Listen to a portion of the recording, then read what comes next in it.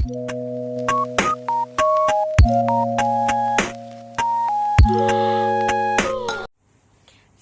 warahmatullahi wabarakatuh. Halo teman-teman semua, kenalin nama aku Melia. Aku merupakan salah satu mahasiswi dari program studi Teknologi Hasil Pertanian Universitas Jambi.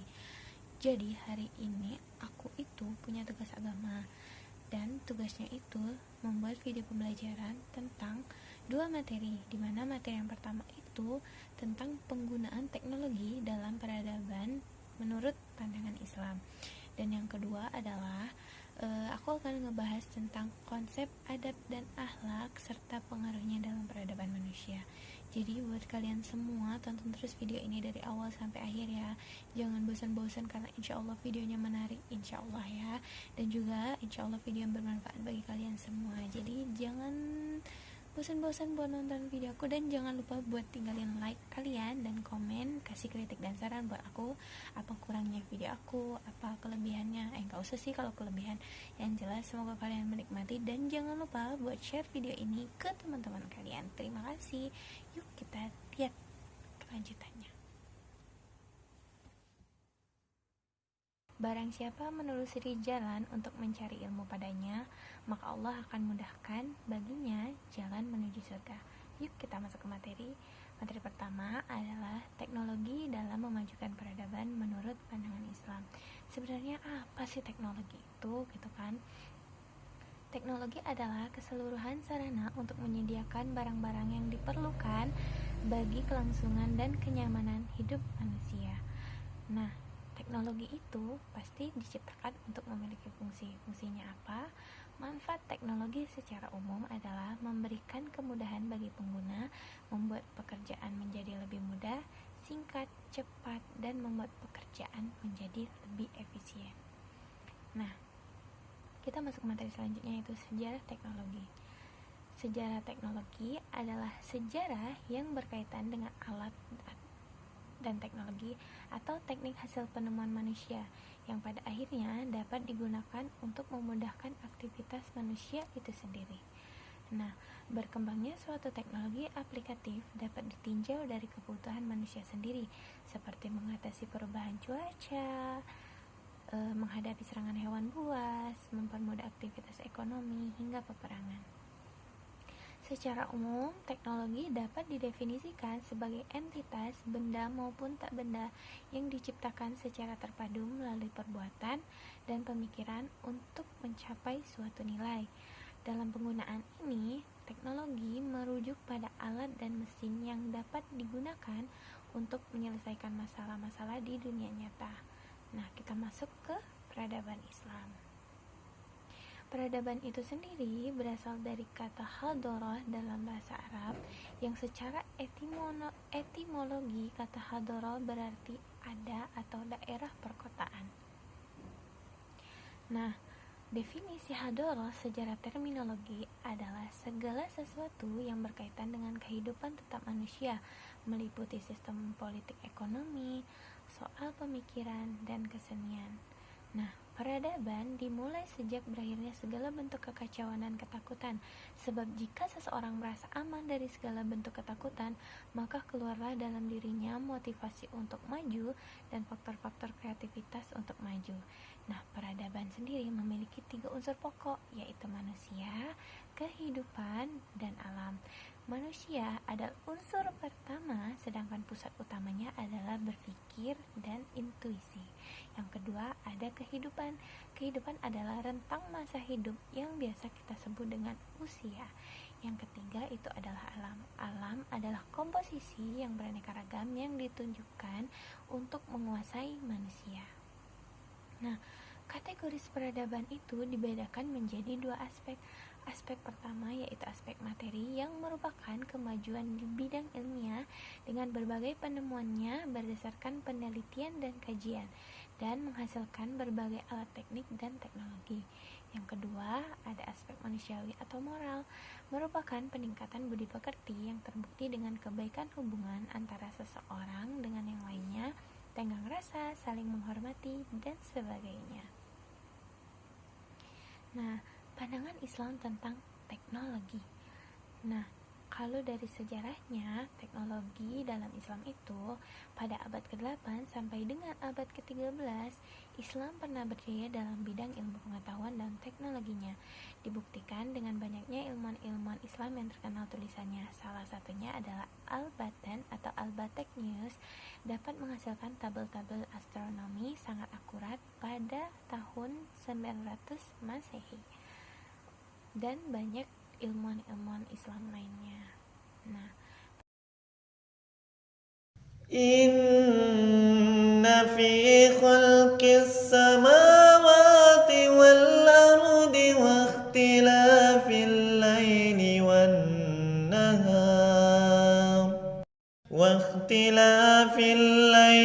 wan nahar la ayatin li ulil albab الذين يذكرون الله قياما وقعودا وعلى جنوبهم ويتفكرون في خلق السماوات والأرض ربنا ما خلقت هذا باطلا سبحانك فقنا عذاب النار. Pandangan Islam sendiri adalah Islam sendiri dalam Al-Quran tidak pernah mengekang umatnya untuk maju dan modern. Justru Islam sangat mendukung kemajuan umatnya untuk melakukan penelitian dan bereksperimen dalam bidang apapun, termasuk salah satunya dalam bidang teknologi. Bagi Islam, teknologi merupakan bagian dari ayat-ayat Allah yang perlu kita gali dan kita cari kebenarannya. Nah, makna dari ayat tadi adalah semua yang ada di langit dan bumi yang penuh misteri ini dapat kita cari tahu kebenarannya dengan melakukan penelitian-penelitian yang kita lakukan. Sebagai umat Islam, melakukan penelitian tersebut diharapkan dapat membantu kita dalam mencari kemudahan baik di dunia maupun di akhirat dalam bidang apapun, salah satunya termasuk dalam bidang teknologi. Lanjut, kita akan bercerita. Al-Quran juga dapat dijadikan sebagai inspirasi ilmu dan pengembangan wawasan berpikir, sehingga mampu menciptakan sesuatu yang baru dalam kehidupan. Dibutuhkan kemampuan untuk menggalinya secara mendalam agar potensi alamiah yang diberikan Tuhan dapat memberikan kemaslahatan sepenuhnya bagi keselarasan alam dan manusia. Sains dan teknologi merupakan madaniyah am, yaitu benda yang tidak ada sangkut pautnya dengan hadharah. Imam Taqiyuddin An-Nabhani dalam kitabnya Nizamul Islamiyah menyebutkan bahwa sedangkan bentuk-bentuk madaniyah yang meliputi menjadi produk kemajuan sains dan perkembangan teknologi atau industri tergolong madaniyah yang bersifat umum, milik kita semua. Jadi kesimpulannya adalah pandangan Islam terhadap teknologi saat ini merupakan sebuah hal yang lumrah yang sudah ada pada masa-masa dahulu, dan memang Islam mengajarkan kita sebagai umatnya untuk selalu mencari tahu semua kebenaran yang ada di dunia ini sesuai dengan syariat Islam yang berlaku. Nah, Islam tidak pernah menutup diri untuk menerima modernisasi dari sebuah perkembangan zaman, sehingga dengan adanya perkembangan teknologi yang berkembang pesat saat ini merupakan hal yang wajar yang dapat kita terima sebagai umat Islam selama masih sesuai dengan ajaran-ajaran yang berlaku. Nah, contoh perkembangan teknologi itu, yang pertama komputer, yang kedua ada internet, dan yang ketiga ada handphone yang semua kita sudah pakai sekarang. Nah, kita masuk ke materi selanjutnya, yaitu konsep akhlak dan adab atau etika serta pengaruhnya dalam peradaban manusia. Akhlak itu apa sih sebenarnya? Akhlak adalah suatu perbuatan dapat disebut baik jika dalam melahirkan perbuatan-perbuatan baik itu dilakukan secara spontan dan tidak ada paksaan atau intervensi dari orang lain. Ukuran baik buruknya suatu perbuatan harus merujuk pada norma-norma agama, bukan sekedar kesepakatan budaya saja. Kalau tidak demikian, norma-norma akan berubah seiring dengan perubahan budaya. Allah Allah berfirman dalam Quran surah Al-An'am ayat 82 yang artinya, orang-orang yang beriman dan tidak mencampur adukan iman mereka ke dalam kezaliman atau syirik, mereka itulah yang mendapatkan keamanan dan mereka itulah adalah orang-orang yang mendapat petunjuk. Nah, setelah itu kita akan bahas adab. Apa sih adab itu? Nah, jadi menurut Kiai Haji Hashim Asy'ari, seperti dikutip Adian Husaini mengatakan, adab adalah satu istilah khas dalam agama Islam seperti halnya makna iman, Islam, ibadah, dan lainnya. Adab bukanlah sekedar sopan santun atau baik budi bahasa atau yang populer sehari ini dengan istilah membangun karakter atau karakter building dalam suatu pendidikan. Adab tidak terbatas pada persoalan personal dan transdental, tetapi juga mencakup tata krama berinteraksi dengan sesama. Tentu berbeda antara adab terhadap Allah dan Rasul-Nya dan adab kepada guru, murid, orang tua, atau tetangga, dan lain sebagainya, sebagai pemisalan. Nah, persamaan dan perbedaan antara adab dan akhlak. Ada yang berpendapat bahwa etika dengan akhlak persamaan itu memang ada, karena keduanya membahas masalah baik dan buruknya tingkah manusia. Tujuan etika dalam pandangan falsafah manusia ialah mendapat ideal yang sama bagi seluruh manusia di setiap waktu, tempat, tentang ukuran tingkah laku yang baik dan buruk sejauh yang dapat diketahui oleh akal pikiran manusia. Dalam mencapai tujuan itu, etika mengalami kesulitan karena pandangan masing-masing golongan di dunia ini tentang baik dan buruk mempunyai ukuran berlainan dan sifatnya relatif. Setiap golongan memiliki konsepsi sendiri-sendiri atau pemahaman masing-masing. Adab dan akhlak mulia yang diatur oleh Islam juga bisa ditemukan ketika makan, minum, berkendaraan, berbicara, tidur, mandi, menuntut ilmu, berpakaian, dan seterusnya, yang tak satu pun dalam keadaan di dalam kehidupan keseharian seorang muslim kecuali telah diatur bagaimana adab dan akhlaknya. Yuk sama-sama kita lihat video animasi tentang akhlak.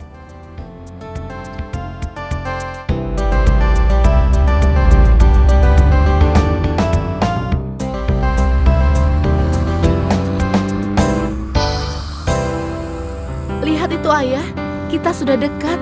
Sebentar lagi kita sampai. Wah, benar bukan lagi kita akan sampai.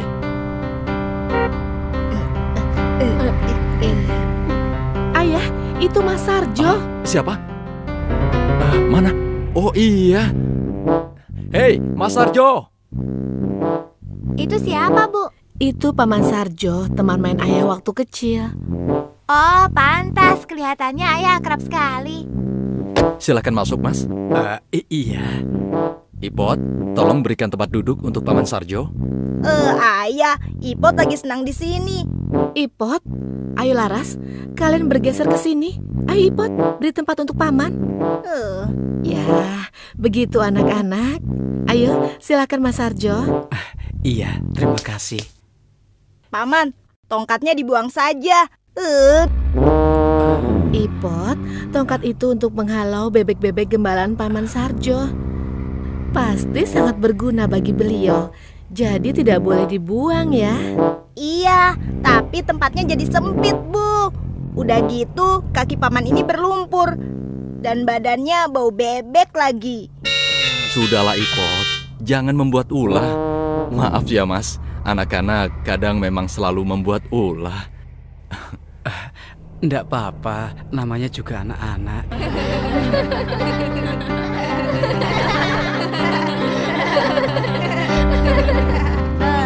Alhamdulillah, kita sudah sampai. Ayo anak-anak. Jauh sekali. Cepat.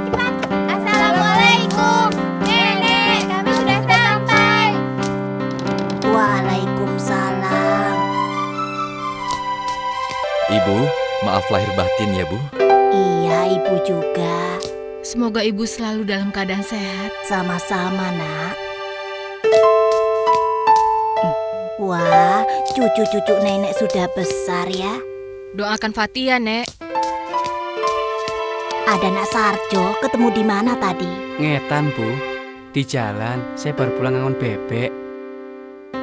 Iya Bu, tadi sewaktu kami mau kemari, kami melihat Mas Sarjo di jalan. Jadi sekalian kami ajak kemari untuk menemani. Begitu.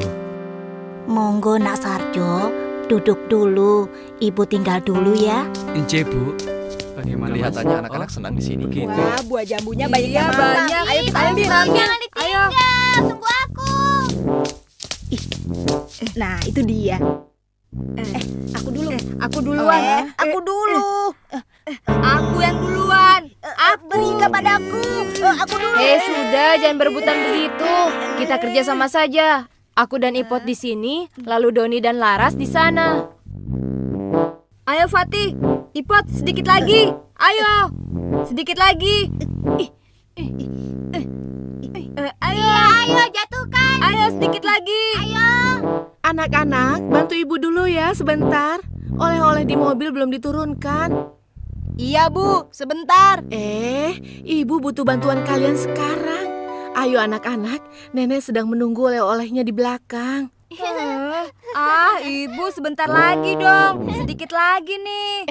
Doni. Iya, Bu, biar kami bantu. Ayo, ambil jambunya kita teruskan nanti saja. Ayo, Pot. Iya deh, ayo.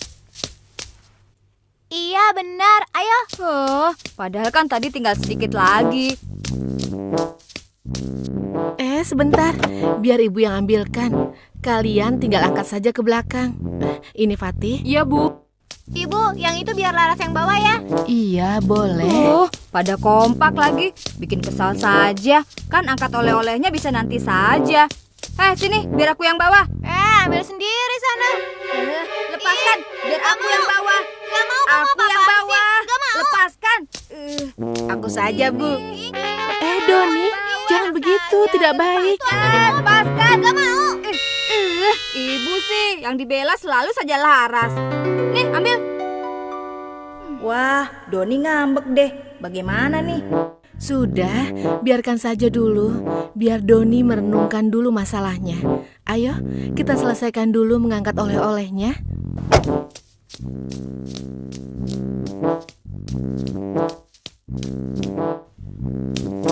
Kalian ke sana dulu. Doni, begini. Aku rasa ibu tidak benci sama kamu. Menurutku ibu marah karena ibu sayang sama Doni. Agar Doni terhindar dari dosa yang disebabkan perbuatan durhaka pada orang tua. Kan ada adab yang mesti kita jaga terhadap orang tua. Kau mau tahu tidak?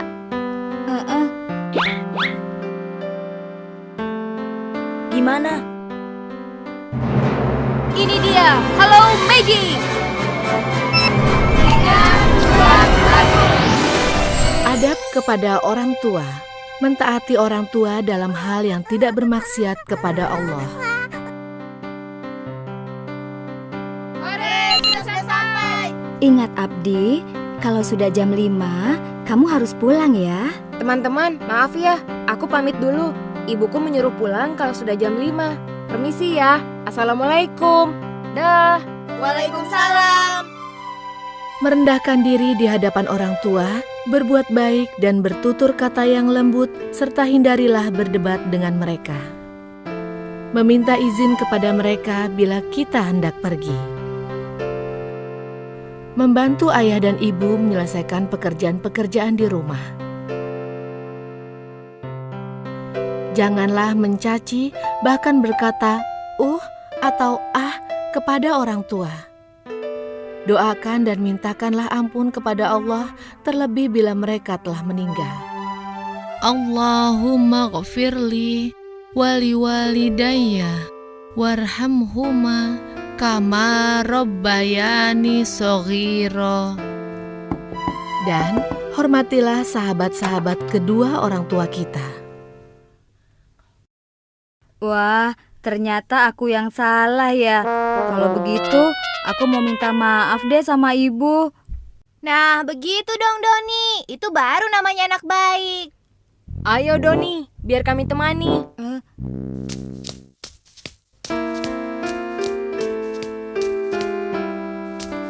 Ayo Doni ngomong. Ayo cepat.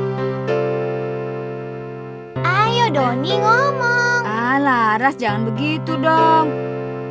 Loh, Doni, kenapa? Doni mau minta maaf sama ibu. Doni sadar, seharusnya Doni tidak boleh berkata kasar dan tidak sopan pada ibu. Wah, bagus kalau Doni sudah sadar. Ibu juga sudah memaafkan Doni kok. Terima kasih ya, Bu. Sekarang kamu, Pot. Apaan? Kamu kan tadi berlaku tidak sopan pada Paman Sarjo. Dia itu kan sahabatnya ayah. Sana minta maaf. Oh iya ya. Ipot. Kenapa Ipot? Ipot juga mau menyampaikan sesuatu. Anu Bu, Anu apa, Pot? Ipot ingin minta maaf juga. Mau minta maaf kepada ayah atau kepada Paman Sarjo? Iya, Ipot lupa ke Paman Sarjo ya. Iya Paman, maafkan Ipot ya. Ipot tidak bermaksud menyinggung perasaan Paman. Iya, ndak apa-apa. Kamu sudah Paman maafkan kok. Tapi Paman, kalau masalah bau bebek itu benar loh. Iya kan Don? Ipot. Enggak.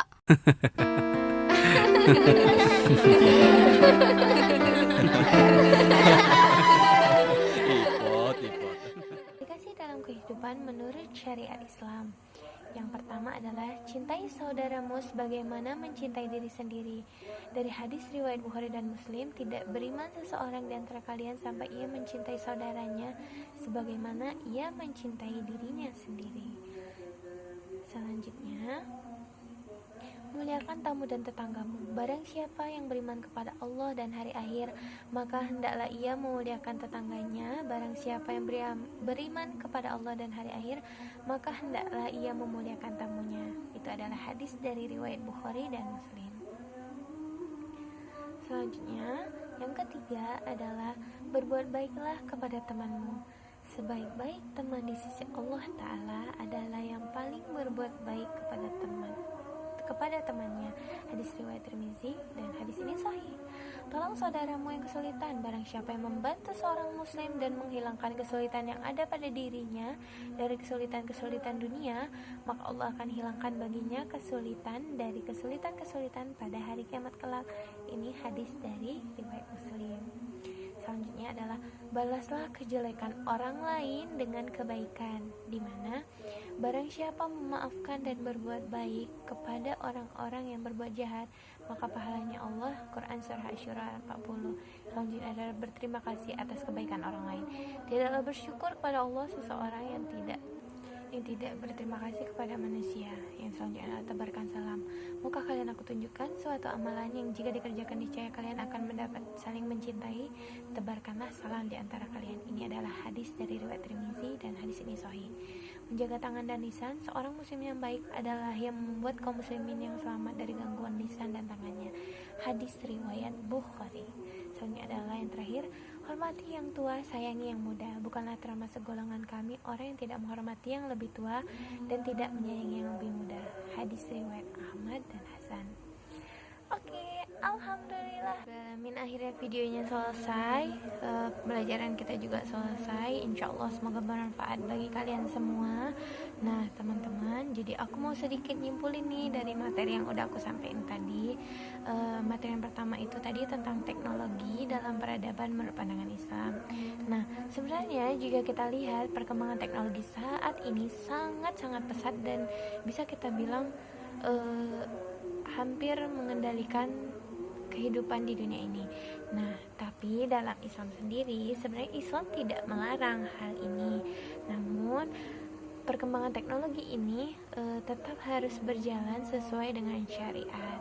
Nah, di materi yang kedua itu ada tentang adab dan akhlak, di mana adab dan akhlak ini merupakan satu kesatuan yang harus sama-sama seimbang, di mana saat kita mengaplikasikannya di masyarakat antara adab dan akhlak, apalagi kita melakukannya dengan adab dan akhlak yang baik, maka kita diterima di masyarakat dan di sekitaran orang banyak. Itu adalah kita mendapatkan feedback yang baik gitu loh, karena kita memiliki akhlak, memiliki sopan santun contohnya, kita ramah kepada teman-teman atau tetangga kita di sekitaran rumah, maka mereka pun akan senang dengan kita.